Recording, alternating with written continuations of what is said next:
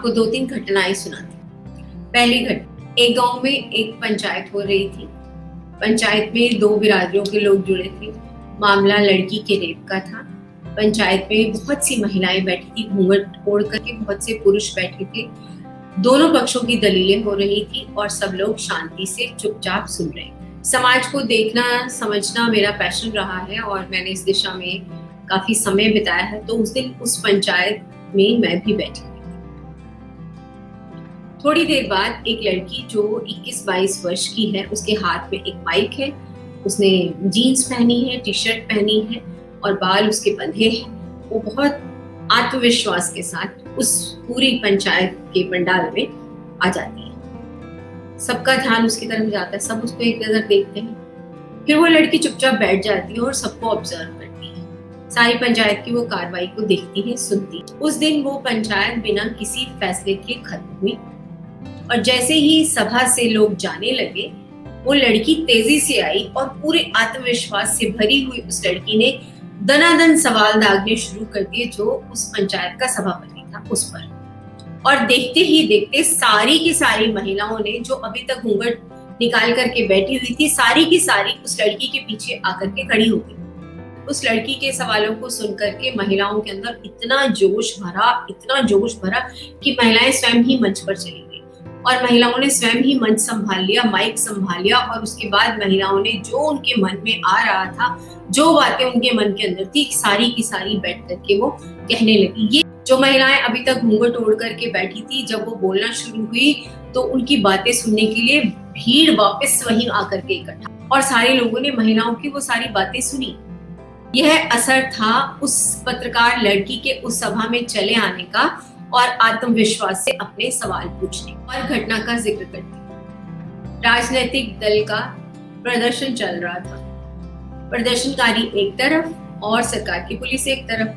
अब प्रदर्शनकारी जोर जोर से नारे लगा रहे हैं और आगे बढ़ने की कोशिश कर रहे हैं, बैरिकेड्स को तोड़ने की कोशिश कर रहे हैं और सामने से वाटर कैनन्स की बौछारें हो रही हैं, उन पर डंडे पड़ रहे हैं।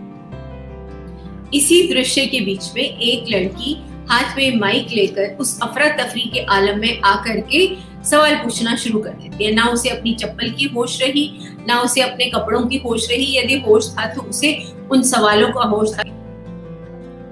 उसकी आत्मविश्वास भरी एक हरकत ने वहां पर सभी महिला प्रदर्शनकारियों के हौसलों को आसमान तक पहुंचा दिया। आज के समय में जब मीडिया का बहुत बोलबाला है, आपको ऐसी युवतियां, ऐसी महिलाएं आपको कहीं ना कहीं जरूर दिखाई दे जाएंगी, परंतु ऐसा पहले नहीं था।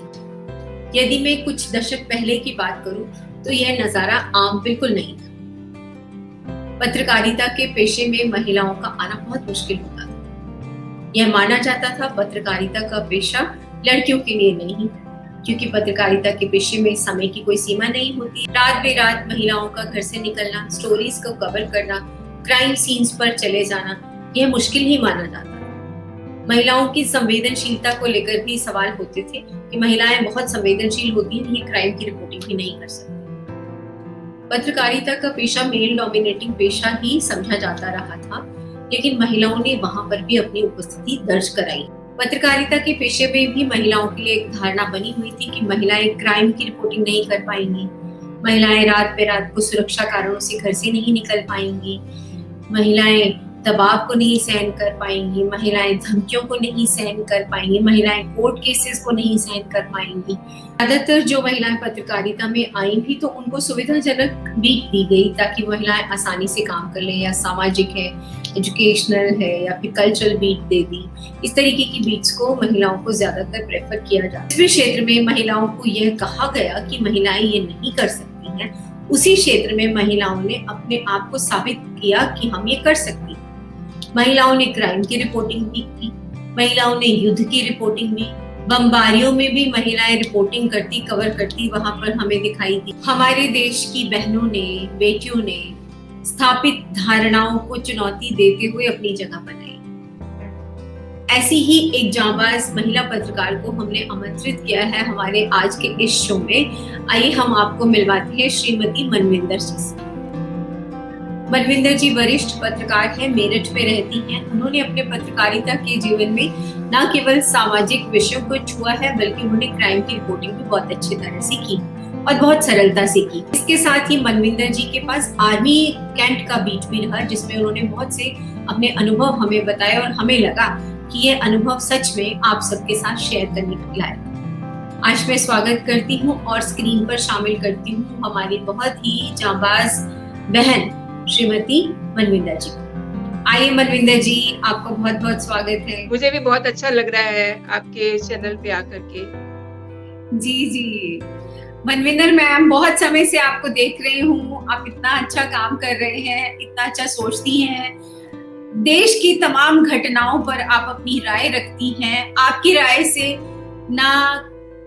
राय से न जाने कितने पाठक प्रभावित होते हैं, कितने व्यूअर्स जो हमारे सोशल मीडिया पर जुड़े हैं वो प्रभावित होते हैं।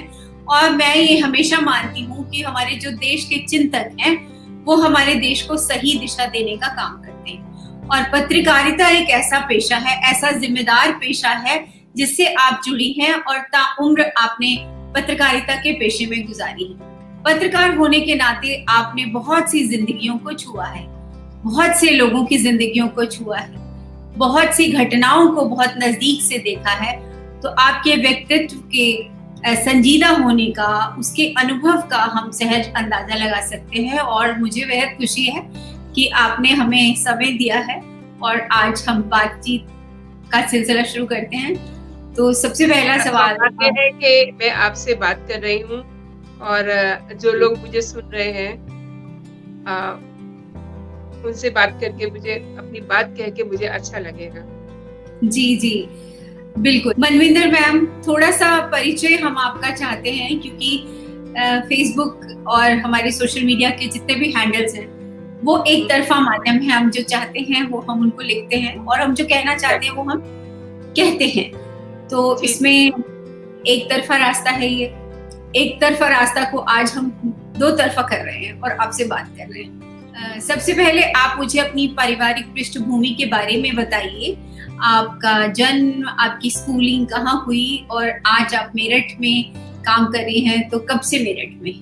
जी, मैं अमृतसर बॉर्न हूँ और पंजाब की बेटी हूँ और अब इस समय उत्तर प्रदेश में हूँ, मेरठ में हूँ। और मेरा एजुकेशन बहुत सारे जगहों से मिलके हुआ है। मेरा प्राइमरी एजुकेशन मुरादाबाद से हुआ। थोड़ा समय मैं अमृतसर में भी मैंने पढ़ाई की।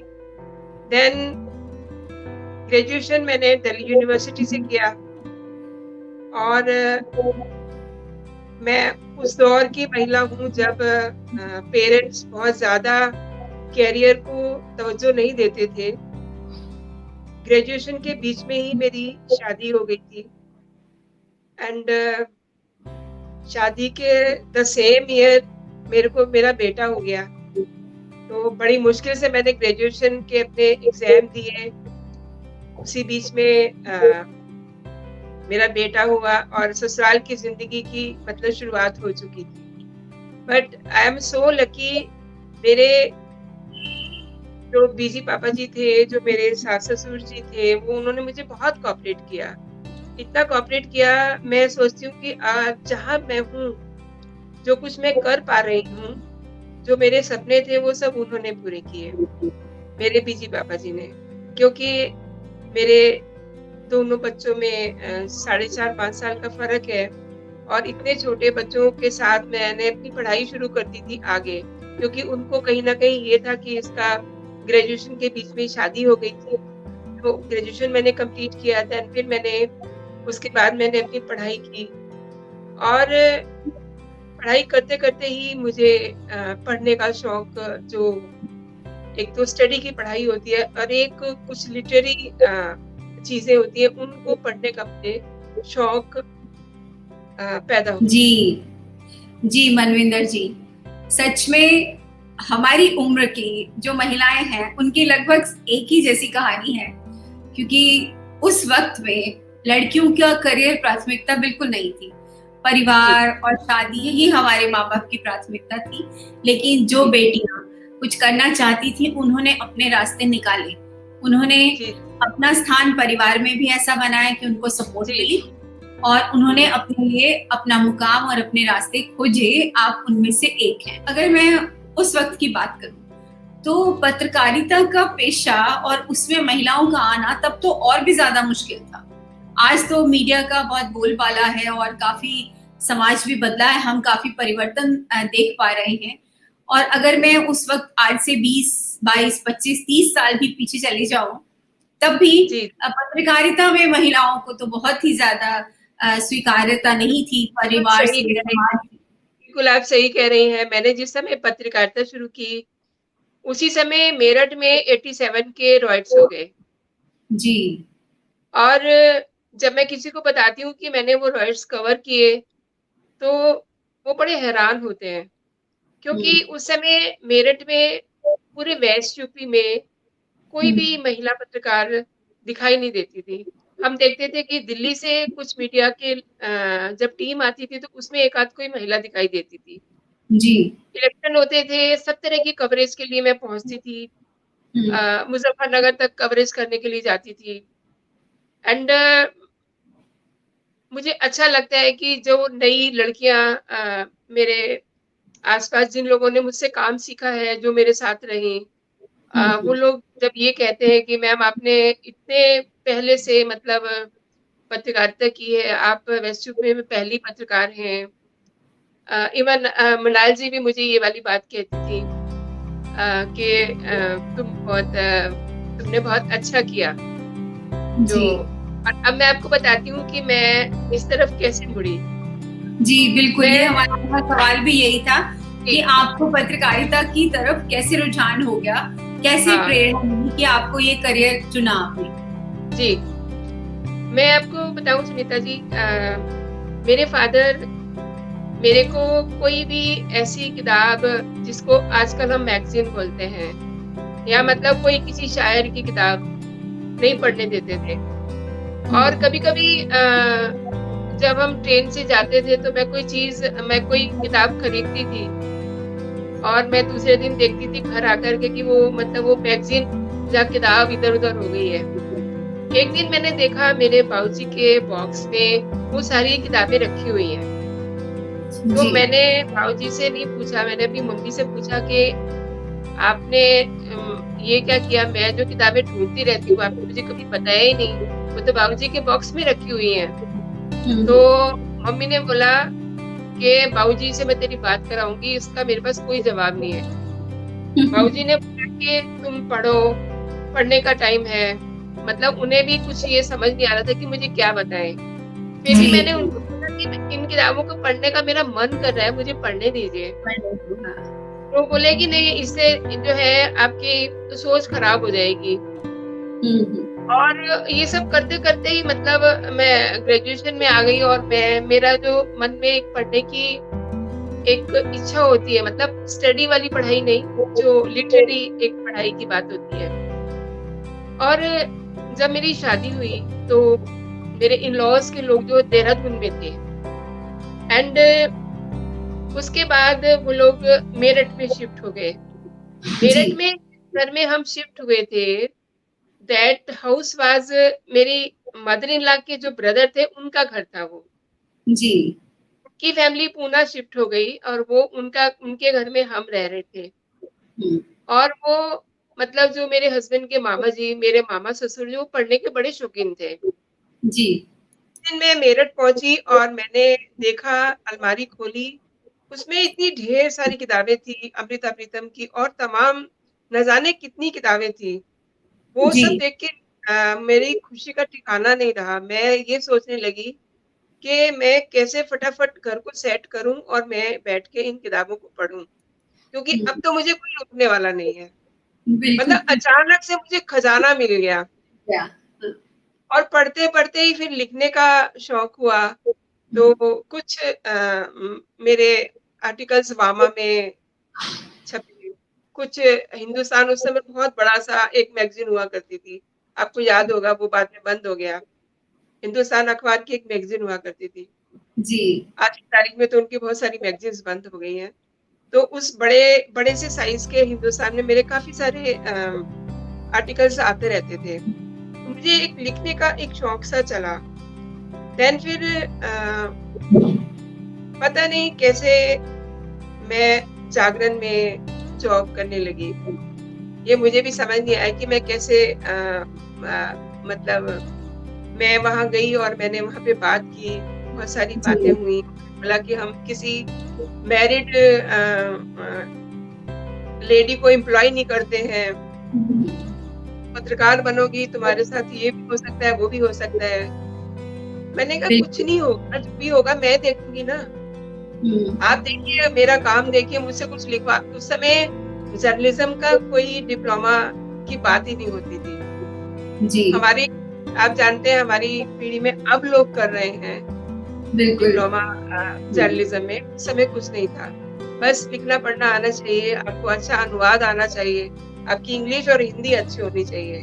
जी वो सब आशा। चीज़ें वो सब मैंने पार कर लिए। एंड मैं मतलब एज़ ए ट्रेनी भी नहीं, मैं एज़ ए स्टाफर जागरण में मैंने 87 में जॉइन किया। और बस फिर सफ़र चल पड़ा खबरों जी का। और यूँ समझिए कि खबरों से ही मोहब्बत हो गई बिल्कुल। और काफ़ी सालों के बाद फिर यहाँ हिंदुस्तान की एंट्री हुई। हिंदुस्तान यहाँ लॉन्च हुआ तो लॉन्चिंग टीम में ब्यूरो में मैं थी। अच्छा ओके। और अक्सर मैंने जो मेरे पास बीट रहती थी वो डिफेंस की बीट रहती थी। अच्छा ओके। सुनीता जी, ये एक मैं आपको बात बताऊं कि डिफेंस की बीट पे काम करने का हर किसी को मौका नहीं मिलता, क्योंकि हर शहर में छावनी नहीं होती। बिल्कुल सही जिस बात है। शहर में छावनी होगी उसी शहर वही। में उसमें वो बीट बनेगी। और मेरठ तो में तो बहुत बड़ी है जी। और मेरठ में बहुत। बहुत बड़ी छावनी जी, मेरठ जी में बहुत बड़ी छावनी है। जी। तो इस तरीके से फिर मतलब ज़िंदगी खबरों के साथ चलने लगी। पहले उतनी गंभीरता नहीं थी जब मैंने एंट्री मारी थी इस लाइन में, लेकिन धीरे-धीरे मैंने बहुत कुछ सीखा। जागरण को मैं हमेशा इसलिए बहुत शुक्रगुज़ार रहती हूँ कि उन्होंने बहुत अच्छे वहाँ काम सिखाने वाले थे और हम सीखने वाले थे। जी 3-4 इलेक्शन तो जागरण में ही मेरे कवर हो गए थे। जी जी और आई थिंक 2006 में मैंने हिंदुस्तान जॉइन किया था। जी जी। लॉन्चिंग टीम में जैसे मैंने बताया आपको, मैं उसमें थी। और वहाँ से अभी 2 ढाई साल पहले ही मैं रिटायर हुई हूँ। जी मनविंदर जी, और सही बात है। बिल्कुल मनविंदर जी, बिल्कुल सच बात है कि वो जब युवा उम्र में पत्रकारिता ज्वाइन करते हैं और समझ आते आते समझ में आता है कि ये कितनी बड़ी राष्ट्र की जिम्मेदारी, ये कितना बड़ा जरूरी और कितना ये जिम्मेदारी का काम है। और मैंने ये भी महसूस किया कि इन पिछले 4 दशकों में पत्रकारिता बिल्कुल चेंज हो गई। जी बिल्कुल। हम जिस समय हमने एंटर किया था उस समय ऐसा कोई प्रेशर नहीं होता था कि मतलब आपको खबर बनानी है। हम खबर लिखते थे, लेकिन धीरे-धीरे हम मतलब खबर बनाने लग गए, क्योंकि हम पे इतने सारे प्रेशर हो गए। और मतलब जैसे आप समझ सकते हो कि खबर बनाने को मैं क्यों वर्ड यूज़ कर रही हूँ, क्योंकि जब सुबह किसी भी एडिटोरियल में मीटिंग होती है तो वहाँ पे संपादक जो होता है वो ये बोलता है, एडिटर ये बोलता है कि खबर जो है आप वो लेके आइए जो बिकाऊ। बिल्कुल मैम, बिल्कुल। तो ये एक बेसिक फ़र्क आया है और ये ज़रूरी भी है, क्योंकि पहले अखबार निकालने का इतना खर्चा नहीं होता होगा और इस समय अखबार निकालना एक बहुत बड़ा चैलेंजिंग काम है सभी मीडिया हाउसेस के लिए। और अब आप देखिए अखबारों की बिल्कुल शक्ल बदल गई है। आज की तारीख में अखबार जो है बिल्कुल बदल गए हैं। उनमें तमाम सारी जानकारियाँ जो पहले नहीं होती थी वो अब होती हैं। तो इसीलिए वो चीज़ें और वो ट्रेंड जो है बदला, लेकिन वो अच्छा बदला। जी बिल्कुल, चूंकि मैं बहुत नजदीक इस क्षेत्र के रही हूँ तो मैं भी उसको, उसकी गहराइयों को अच्छी तरह से जानती और समझती हूँ। मनविंदर, ये बिल्कुल ठीक है कि खबर प्लांट करना, खबर बनाना और खबर को जो घटना घटी है उसको रिपोर्ट करना, ये तीनों ही हिस्से हैं जो आज की पत्रकारिता में शामिल हैं। और एक वैचारिक नजरिया होता था, एक विचार को प्रदर्शित करता था एक अखबार। मैं एक चीज जोड़ रही हूँ, हमको ये एक बार लेक्चर में बताया गया कि एक आदमी साइकिल पे जा रहा है और उसके झोले टंगे हुए हैं, एक में आलू टमाटर है, एक में आटा है, और वो लेके जा रहा है, उसको किसी ने टक्कर मार दी। अब आपको इसकी खबर बनानी है, तो खबर वेरी सिंपल कि ट्रक ने टक्कर मारी और वो घायल हो गया।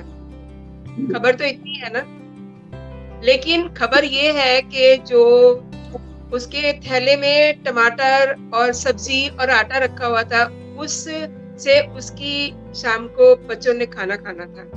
खबर ये है जी, है ना। तो खबरों का भी स्टाइल जो है बहुत चेंज हो गया है।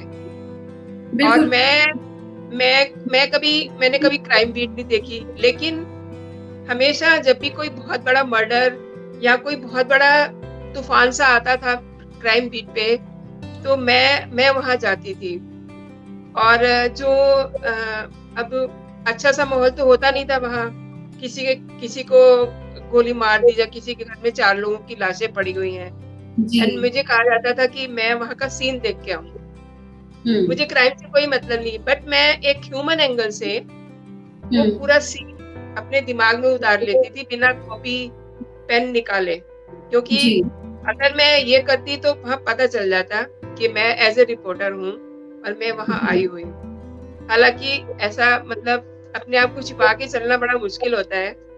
और जब लोगों से 2 बातें पूछो तो उन्हें शक हो ही जाता है कि ये मीडिया से है। तो वो चीज भी लोगों को पढ़ने में बहुत अच्छी लगती है कि इस जगह पे कोई डाका हो गया और मर्डर हो गया, तो घर में क्या सीन है, किस तरीके से लोग, ये लोगों को ज्यादा पढ़ना अच्छा लगता है। और जो क्राइम की खबरों में इंटरेस्ट रखते हैं, तो उनको वो तो अच्छा लगेगा ही कि इतनी की डकैती हो गई और पुलिस ने ये किया, पुलिस ने वो किया। तो इसके 2 एंगल हो गए ना, एक ह्यूमन एंगल हो गया, मानवीय एंगल हो गया जो मैंने कवर किया, और एक क्राइम रिपोर्टर ने किया। तो इस तरीके से चीजें काफी बदल रही हैं। लोगों के दिलचस्पी का और लोगों के पसंद का भी ख्याल रखा जाता है, और रखना भी चाहिए। जी, जैसे कि आप इलेक्ट्रॉनिक मीडिया में भी देखते हैं, इन सब चीजों को काफी टच किया जाता है आजकल। जी, बिल्कुल। प्रॉक्सिमिटी ना, कि वो अपनी सी खबर और अपनी नजदीक की खबर वो कैसे बनेगी, तो उसके लिए वो दोनों चीजों का तथ्य भी है और उसका एक भावुक तथ्य भी हो गए, एक स्वाभाविक जो सामाजिक तथ्य हैं वो भी हैं, उसको मिला करके एक खबर को बनाया और परोसा जाता है। आपको क्या लगता है आज के मीडिया में, और आज से यदि हम, जब आपने बहुत शिद्दत से जब आप काम कर रही थी, अगर आज 10, 15, 20 साल पहले भी, उसमें और आज में आप कितना ज्यादा परिवर्तन महसूस कर रही हैं? बहुत ज्यादा फर्क हो गया। सबसे पहला बड़ा वाला सेटबैक तो हमें ये लगा था कि हम अपनी खबर को खुद से कंप्यूट करेंगे। और जब हम उस दौर के मतलब पत्रकार रहे, जब हम खबर लिखते थे और वो खबर को कोई दूसरा बंदा कंप्यूट करता था और फिर वो हमको लेके आता था, फिर हम उसको देख लेते थे गलती वलती तो नहीं है, और ये हमारा काम नहीं होता था। हम सिर्फ न्यूज शीट पे केवल न्यूज लिखते थे। आजकल हम अपनी खबर को कंप्यूट करते हैं, तो इसलिए उसको 10 बार उसका एंट्रोपी चेंज कर सकते हैं। पहले ये फैसिलिटी नहीं थी। बिल्कुल सही बात है कि पहले तो हाथ से लिखते थे और फिर आपके लिए कॉपी जी। और आज की तारीख में, क्योंकि हम प्रिंट मीडिया की बात कर रहे हैं, तो आज की तारीख में हम पूरा अपना, कुछ रिपोर्टर ऐसे हैं जो पेज वेज सब बनाना जानते हैं, और आजकल मीडिया हाउसेस में उन्हीं लोगों की ज्यादा जरूरत रहती है जो मल्टीटास्किंग लोग हैं, जो टेक्निकली भी जानकारी रखते हैं। साउंड को बिल्कुल। और आज तो बहुत सुविधाएं हो गई हैं और तकनीक ने इतना बहुत विकास भी सुविधाएं कर हो गई। लिया है, जी, सबकी पहुंच में भी हो गई है, तो जी, काफी जी। इसका फर्क पड़ा है। तो सुबह सुबह जो एक रिपोर्टर की शुरुआत होती है दिन जी, की, तो उसमें 3 चीज़ें होती हैं, ट्रिपल एम। मेल कीजिए, मैसेज कीजिए और हम्म, मीटिंग कीजिए। जी बिल्कुल आपके बिल्कुल। पास क्या प्लान है? जी तो बिल्कुल। सब कुछ ये चीज़ें सारी चेंज हो गई हैं। हम्म, अ, अच्छा हो रहा है, I mean I should say कि जो भी चेंज हो रहे हैं वो अच्छा हो रहा है क्योंकि लोग उसे पसंद कर रहे हैं। जी अखबार तो जी। लोगों को पसंद आ जाता है हम्म, और बिल्कुल चीज़ें चेंज हो रही हैं इसलिए हम आपके सामने हैं। बिल्कुल सही बात है, हम इतनी दूर बैठकर भी बात कर रहे जी, हैं, ये संभव हो जी, पाया है।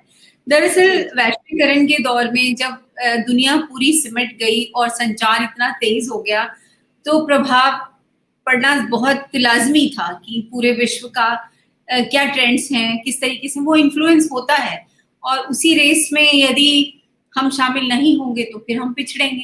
तो से रहेंगे, तकनीक बिल्कुल। के साथ-साथ दौड़ना और देश दुनिया के साथ जी, दौड़ना, पत्रकारिता के क्षेत्र को भी उतनी ही दौड़ तो दरकार थी, तो जो बदलाव हैं, एग्ज़ैक्टली। वो अच्छे हैं।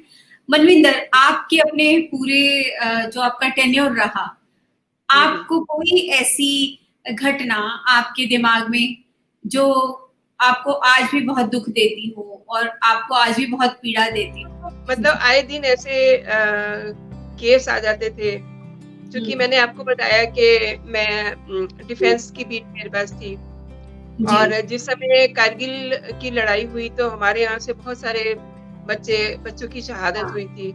सबसे जी, पहले मनोज तलवार की जब डेड बॉडी आई जी। और मतलब आप ये देखिए कि शहीद की बॉडी आती भी नहीं थी कि हम पहले ही पहुँच जाते थे। अब हुँ, पहले पहुँच कर के घर में उन लोगों ने तो अपने बंदे की शक्ल भी नहीं देखी होती। हम उनसे बार-बार यही पूछ रहे हैं, आपको लास्ट फ़ोन कब आया? आपने लास्ट चिट्ठी कब लिखी? और सो मेनी टाइम मतलब कई बार ऐसा भी होता था कि उनके बच्चे हैं शहीद के, हम उनसे पूछ रहे हैं, आपके पापा ने आपको कब फ़ोन किया? एंड जी। वो अंदर से मुझे अच्छा नहीं लगता था। हुँ, बट अब चूँकि यहाँ 3-4 अखबार हैं बड़े, इतना ज़बरदस्त कॉम्पिटिशन, तो कोई ना कोई चीज़ नई लेके आनी है हुँ, और वो नई चीज़ यही निकलेगी, जो मैं आपसे हुँ, डिस्कस कर रही हूँ। बिल्कुल, ज़िंदगियों तो को छूना। ये चीज़ें कभी-कभी लगती थी एंड चूँकि मैं वेस्ट यूपी में क्राइम बहुत ज़्यादा होता है जी, और अक्सर जो रेप पीड़िता बच्चियाँ रहती थी, तो कई बार उनसे भी बात करने जाना पड़ता था। जी, जी, जी, बिल्कुल। तरह-तरह के उनसे बात करके अनुभव होते थे हुँ, और ये भी पता चलता था कि उनके पेरेंट्स कितने प्रेशर में हैं, ये लड़की क्या बोल रही है, असलियत क्या है हुँ, और बहुत सारी चीज़ें ऐसी होती हैं। बातें अगर सब खुल जाए तो सब कुछ ओपन हो जाएगा, यू बिल्कुल नो? सही बात। हाँ, तो बिल्कुल। बहुत सारी ऐसी चीज़ें हैं कि आकर के खबर लिखते समय बहुत दिमाग अपसेट हो जाता था कि हम बिल्कुल। कैसे समाज में जी रहे हैं। हुँ, एंड एक मैं आपको घटना बताती हूँ जिसने मुझे बहुत परेशान किया और उस दिन मैं उसकी खबर नहीं लिख पाई थी। मैंने अपने प्रोफ़ेशन के साथ शायद से अच्छा नहीं किया हुँ, क्योंकि एक एक बच्ची थी और हुँ, उसको मैं पहले मिल चुकी थी। जी, नारी निकेतन में वो लड़की एक दिन नारी निकेतन से भाग करके बाहर जा रही थी और मैं उस समय मेरे चूँकि बच्चे छोटे थे तो मैं जल्दी ड्यूटी करके 5 साढ़े 5 6 बजे तक घर चली जाती थी। जी, मैं निकल रही थी तो मैंने देखा बड़ी भीड़ लगी हुई है। मैं रुकी और मैंने पूछा क्या है? तो पता चला कि वहाँ से कोई बच्ची जो है वो दीवार फाँद के और सड़क पे मतलब लोगों ने पकड़ा हुआ था, वो भागने की कोशिश कर रही थी। जी, जी, next day next day magistrate से परमिशन लेकर के मैंने उससे बातचीत की, तो जी, काफ़ी कुछ बातें उसने मुझसे की जी, एंड कुछ दिन के बाद मुझे पता चला कि वो हुँ, लड़की को थोड़ी-सी उसको मेंटल बताया गया। उसको जी, मेंटल हॉस्पिटल में ना भेज करके उसको जेल में भेज दिया गया। क्योंकि वहाँ वो नारी निकेतन में उनके लिए प्रॉब्लमैटिक हो रही थी। ओह! और उस लड़की को मैंने जिस हालत में जेल में देखा, मुझे बहुत ही दुःख हुआ। उसको देख कर हुँ, के मतलब मेरी एकदम रूह काँप गई। कोई मतलब अच्छी जवान सी लड़की थी और उसके उसने नीचे से कुछ नहीं पहना हुआ था। उसकी ऊपर से शर्ट फटी हुई थी और वो महिला सेल में ऐसे ही पागलों की तरह घूम रही थी। तो जब उसने मुझे देखा, क्योंकि वो मेरे से 2 बार मिल चुकी थी, एक बार सड़क पे, एक बार मैंने उसको इंटरव्यू किया था। हुँ, तो उसने मुझे पकड़ के बोला कि मैडम मैं पागल नहीं हूँ। मेरे हुँ, रिश्तेदार मुझे पागल करार करने पे तुले हुए हैं। हुँ, बहुत दिनों के बाद फिर मुझे पता चला कि उसको आगरा के हॉस्पिटल में भर्ती कराया गया। एंड फिर मुझे बाद में उसके मालूम हुई, बट जो मुझे जिस बात ने दुःख दिया वो ये था कि वो मिरांडा कॉलेज की बच्ची थी और हुँ। जाने के लिए उसको उसके रिश्तेदारों ने पागल बना दिया था। तो उस सच दिन में। जब मैं जेल से मिल के आई, तो मैं उस हुँ, दिन शाम को उसकी खबर नहीं मिल पाई थी, क्योंकि मैं हुँ। इतनी अपसेट हो गई थी। मुझे आज वो घटना याद आई है तो मुझे इस समय भी बहुत बुरा लग रहा है, वो सोच सच के। में। जी, जब हम समाज में होते हैं ना तो हमारे साथ हमारे सामने ऐसी बहुत सारी घटनाएँ होती हैं। कई बार हम चाह कर भी उनके लिए कुछ नहीं कर पाते, लेकिन एक बहुत गहरी पीड़ा हम अपने साथ लिए फिरते हैं उन लोगों जी। की। सच में कैसी ज़िंदगियाँ होती हैं और कैसी ज़िंदगियाँ स्वीकार करनी पड़ जाती हैं। जैसे आपने बताया और ऐसे कितने ही वाक़ये होते हैं समाज में हमारे इर्द-गिर्द। समाज में निकलो। कितने वाक़ये होते हैं, कितने सारे वाक़ये हमारे पास से होके गुज़र जाते हैं। जी, जी। मनविंदर, आपने ये घटना बताई और इस घटना से डेफ़िनेटली आप कोई भी महिला टूट जाती है क्योंकि महिला कोई भी घटना उसके लिए खबर तो है ही, प्रोफ़ेशन तो उसका साथ है ही, लेकिन उसका जो एक जी। संवेदनशील दिल है, वो एक अलग ही कहानी को सुन रहा होता है और उसकी आँखें और कलम एक अलग ही कहानी को लिख रही होती हैं। ये तो हुँ, हुँ। बिल्कुल सही आपने मुझे बताया है। कोई और जी। ऐसी घटना जो आपकी पत्रकारिता के आपके जीवन की है, जो आपको लगता है कि आपने सही मुझे समय एक पर और घटना मुझे एक और घटना बहुत अच्छे से याद है और उसको सोच के मुझे बड़ा अच्छा फ़ील होता है। हुँ, कभी-कभी अपने 2 अक्षर लिखे हुए जो होते हैं, वो किसी की ज़िंदगी बदल देते हैं। बिल्कुल, बिल्कुल। एक बच्ची थी ऐसे ही रही होगी, वो करीब 10 एक साल की बच्ची थी हुँ, और अमूमन आस-पड़ोस में पता ही रहता है कि ये इनकी बहू रिपोर्टर है। तो हाँ, वो मेरे पास बच्ची को जब मैं लंच टाइम में आई तो लेकर के आए जी, और बच्ची 10-12 साल की बच्ची थी वो। जी। उसको मैंने पूछा तुम्हारा नाम क्या है? तो उसने हुँ, कुछ नहीं बोला हुँ, और मैंने कहा लिख के बता दो तुम बोल नहीं सकती हो, तो उसने कुछ हुँ, नहीं बोला। हुँ, मैंने उस समय ऐसे स्मार्ट वाले फ़ोन नहीं होते थे, बट मैंने जी, किसी तरीके से उसका फ़ोटो का अरेंज किया जी, और उसकी खबर लिख दी मैंने। जी, वो लड़की अकेले स्टेशन से आई क्योंकि हम उस समय कैंट में रहते थे, तो स्टेशन रोड से जो भी जाता वहीं से गुज़र के जाता था। पहली चाय जी, की दुकान पड़ी, वहीं वो बैठ गई और वो मेरे पास आई। मैंने उसकी पूरी खबर उसी तरीके से लिख दी। जैसे जी, मतलब उन लोग ने बताया और जो उसके हाव-भाव थे, वो मैंने उसमें पिरो दिए। और तीसरे दिन तीसरे दिन क्यों दूसरे ही दिन दोपहर में उसके पेरेंट्स आते हैं और वो मेरे पास आते हैं कि बच्ची हमारी बच्ची है वो। तो मैंने कहा वो बच्ची बोल नहीं सकती क्या? वो कहते बोलती है बच्ची तो। और मैंने कहा लिखना पढ़ना नहीं जानती? बोलते कि वो लिखना पढ़ना भी जानती है। Hmm, and I hmm, was strange, मुझे आज तक पता नहीं चला क्योंकि उसके बाद वो मेरे पास आई लेकिन वो काफ़ी सालों के बाद आई। मुझे अपनी शादी का कार्ड देने आई थी वो। जब मैं वहाँ से शिफ्ट होके इधर आ गई, तो मैंने उस दिन भी उससे पूछा कि तुमने उस दिन मुझे कुछ नहीं बताया, ना नाम बताया, ना लिख कर के कुछ बताया, क्या वजह थी? हुँ, तो हुँ, उसका उस दिन भी उसने मुझे कोई जवाब नहीं दिया, लेकिन उस खबर से उसके पेरेंट्स आ गए और उसको चूँकि मैं तो ऑफ़िस में थी, मैंने कहा आप जाइए फलाँ जगह और फिर थाने में जाइएगा, थाने के सामने उन लोगों ने उस बच्ची को पेरेंट्स के सुपुर्द कर दिया। हुँ, वो मुझे अक्सर अच्छा लगता है कि मेरे 2 शब्द लिखने से उस लड़की को उसके पेरेंट्स मिल गए, उसकी ज़िंदगी खराब नहीं हुई। बट हुँ। घर से शायद रूठ के आई थी, ऐसा उसके फादर ने मुझे बताया था कि जिससे किसी बात पे झगड़ा हो गया था जी, और जी। वो में बैठ कर के आ गई और एनी हाउ आज भी मैं सोचती हूँ तो मुझे अच्छा लगता है, क्योंकि उस लड़की की शादी का कार्ड वो मुझे देने आई थी अपने पेरेंट्स के साथ। हुँ।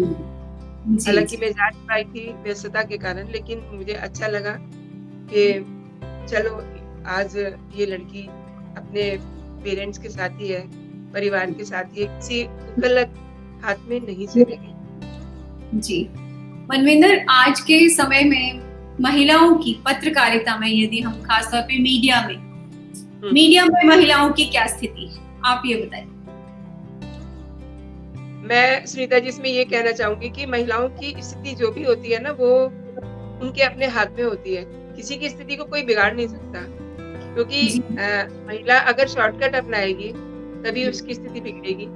अन्यथा मुझे कोई वजह नहीं लगती कि उसकी स्थिति खराब हो। अगर कहीं-कहीं कोई महिला खराब है, तो अ, हम अपने दुखों का कारण खुद ही होते हैं ना। हुँ, हुँ। तो जी। हाँ, कई बार आपके ऊपर कोई बॉस ऐसा है, आपने बहुत अच्छी ब्रेकिंग दी और उसने उसको ठीक से प्लेसिंग नहीं होने दी।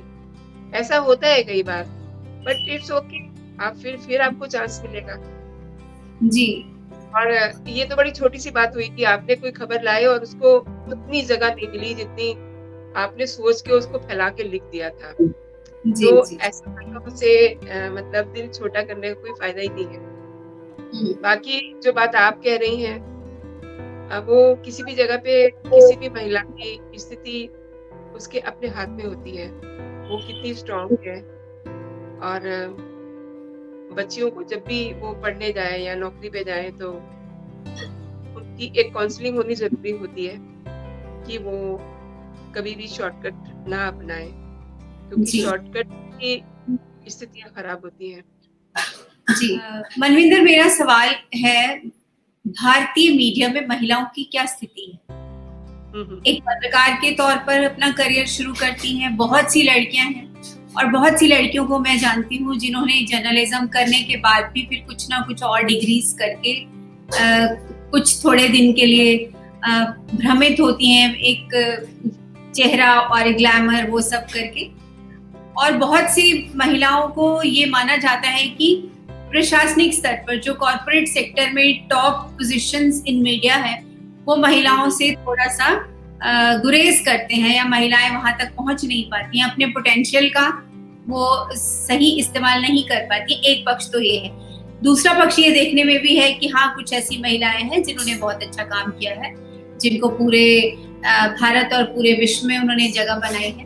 क्योंकि पहले थोड़ी एंट्री थी, कुछ महिलाएं थी, और आज चूंकि इतना हम जर्नलिज्म और मीडिया को इतना ज्यादा प्रचार भी मिला है करियर के रूप में, तो अब बहुत ज्यादा संख्या है। तो आज की जो स्थिति है महिलाओं की, वो क्या है? आपके एक सवाल में बहुत सारे सवाल हैं, मैं एक-एक करके जवाब देती हूँ। महिलाओं जी। की स्थिति जर्नलिज़्म में संख्या बहुत ज़्यादा है, क्योंकि लड़कियों को ये लगता है कि ये बहुत ग्लैमरस जी। प्रोफ़ाइल है, बहुत ग्लैमरस प्रोफ़ेशन है, जी। लेकिन ऐसा नहीं है, हम्म। बहुत काम करना पड़ता है इसमें। बिल्कुल। आपको आपके जो ड्यूटी आवर्स हैं, जी।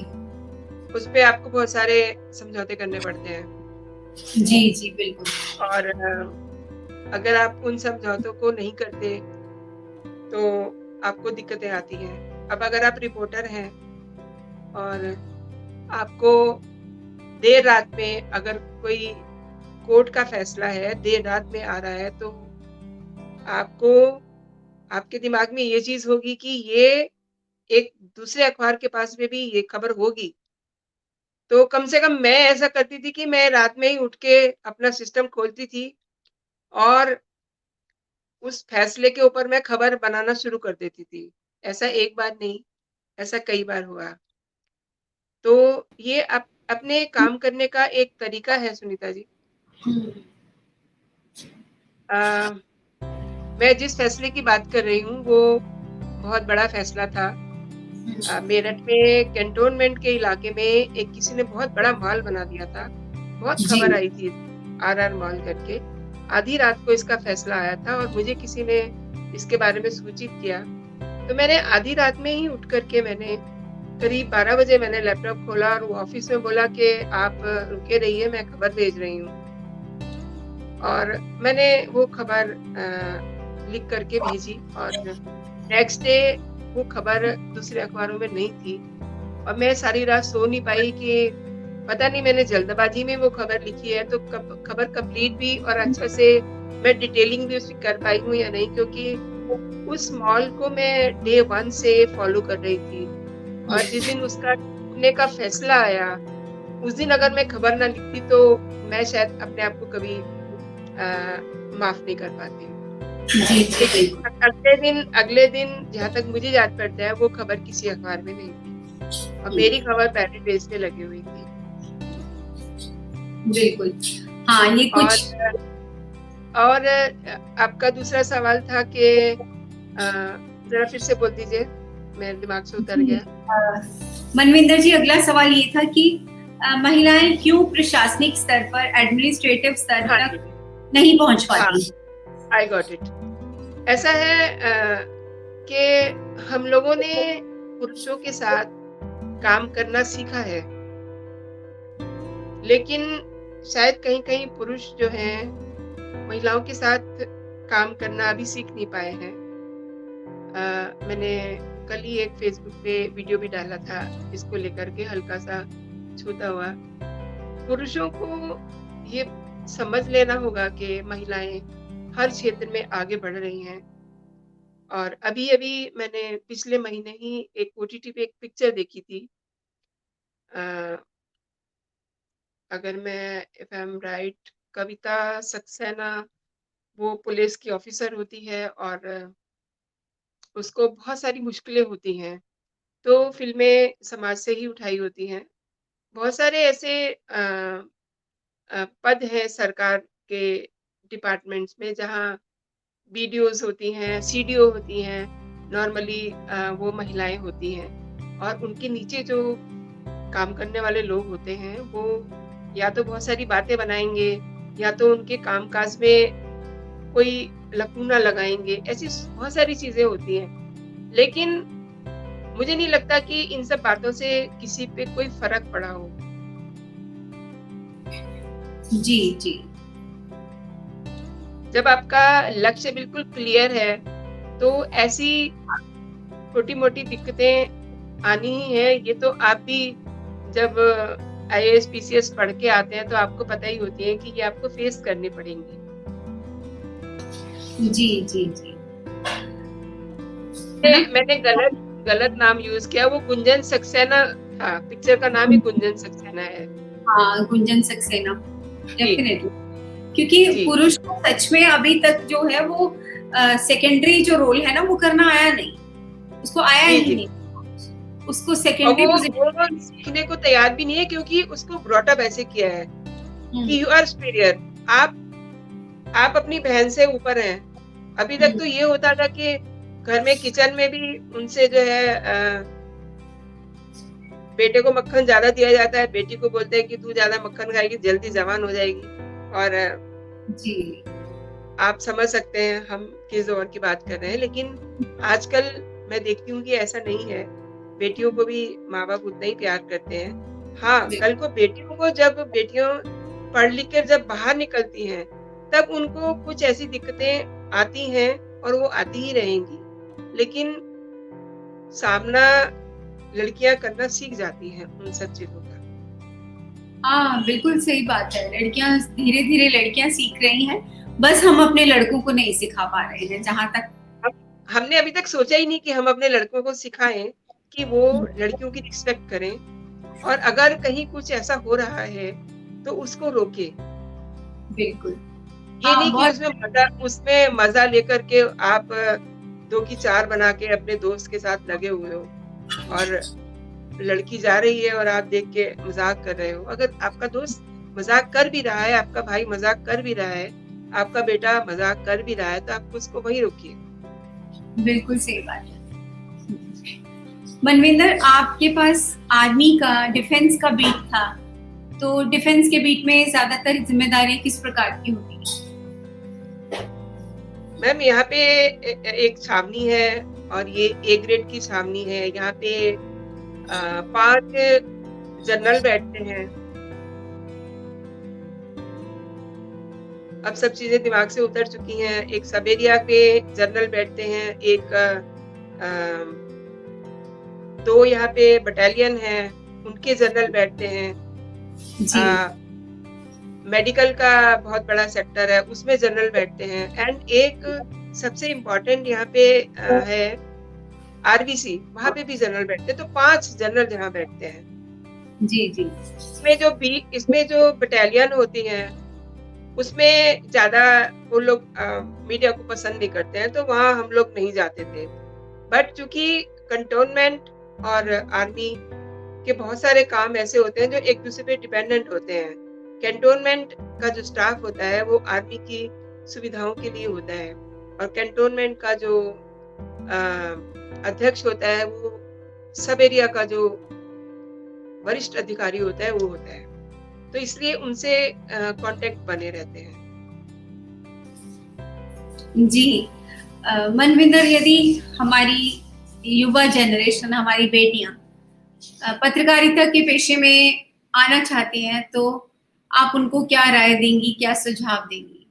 कैसे माइंडसेट होना चाहिए, कैसी उनकी विचारधारा होनी चाहिए, या कैसे उनके ट्रेड्स होने चाहिए कि वो एक अच्छा पत्रकार बन सकेंगे?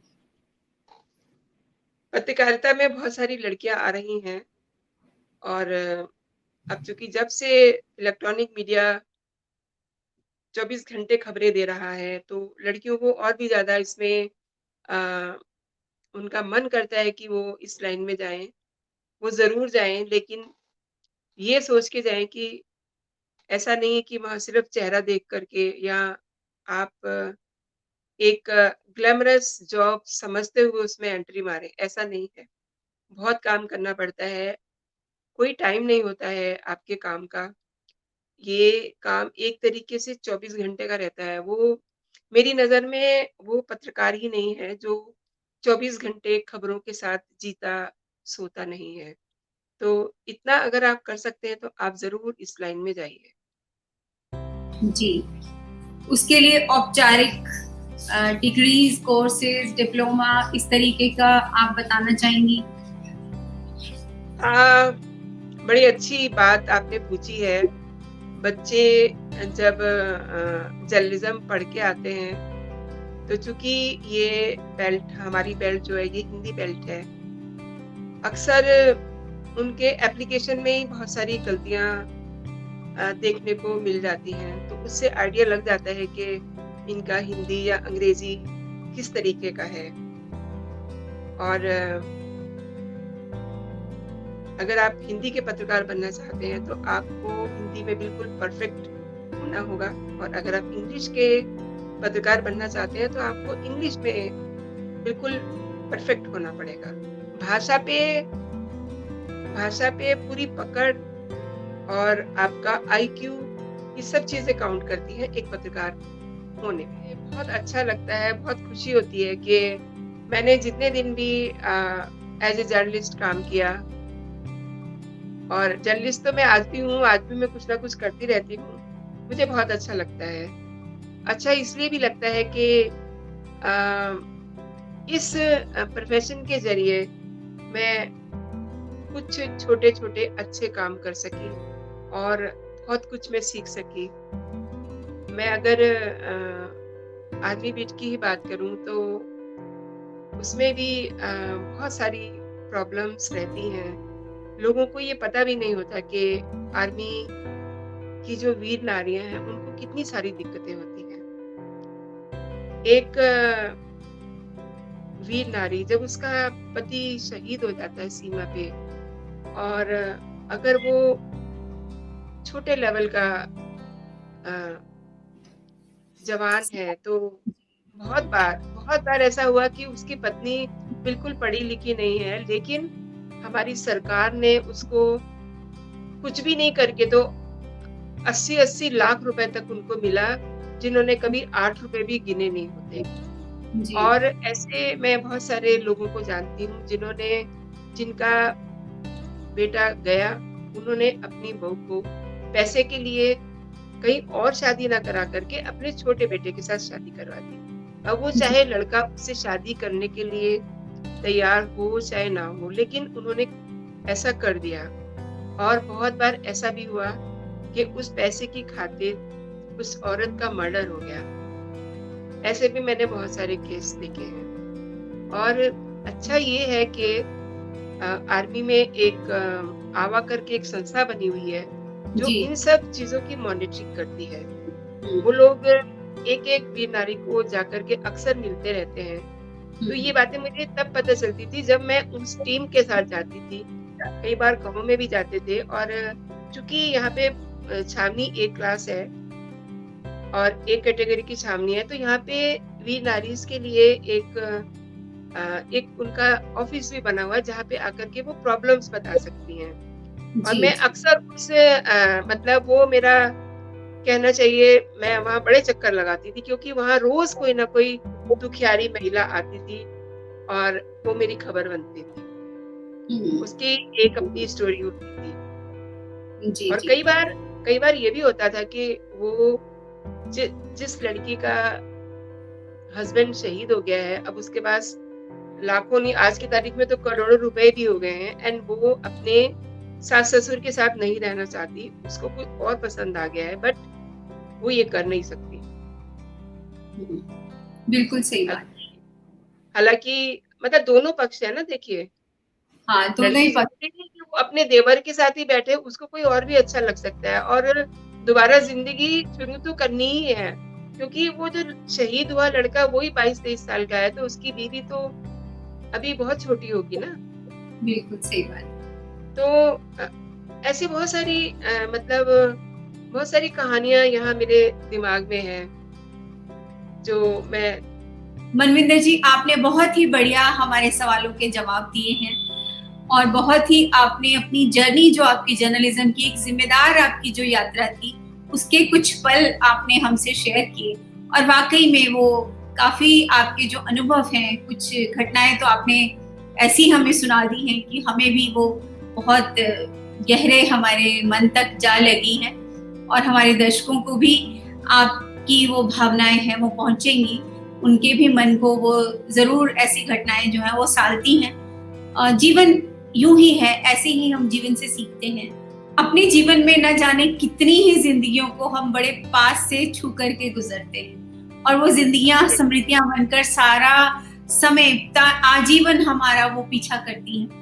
ऐसी कुछ आपने स्मृतियां हमें सुनाई हैं और पत्रकारिता कितनी जिम्मेदारी का पेशा है और कितनी जिम्मेदारी की इसमें बात है, कितना जिम्मेदारी का ये व्यवसाय है, उसके बारे में भी आपने हमें बताया। समय की सीमा है और उसके चलते हम ये आज का एपिसोड यही हम समाप्त करते हैं और मैं आपका बहुत-बहुत धन्यवाद करती हूँ। आपने हमारे लिए समय निकाला और एक बहुत जिम्मेदार वार्ता आपसे हमारी रही। दोबारा फिर किसी दिन ऐसे ही किसी एक और कार्यक्रम में हम आपको आमंत्रित करेंगे और खास तौर पर मेरी इच्छा है कि हम डिफेंस विशेष करके हम एक कार्यक्रम में आपको मैं आमंत्रित करूंगी। और हमारे साथ जुड़ने के लिए आपका बहुत-बहुत धन्यवाद। बहुत-बहुत शुक्रिया। मैं भी आपका बहुत-बहुत धन्यवाद करना चाहती हूँ। आपने अपने मंच पे मुझे स्थान दिया। थैंक यू जी। So much.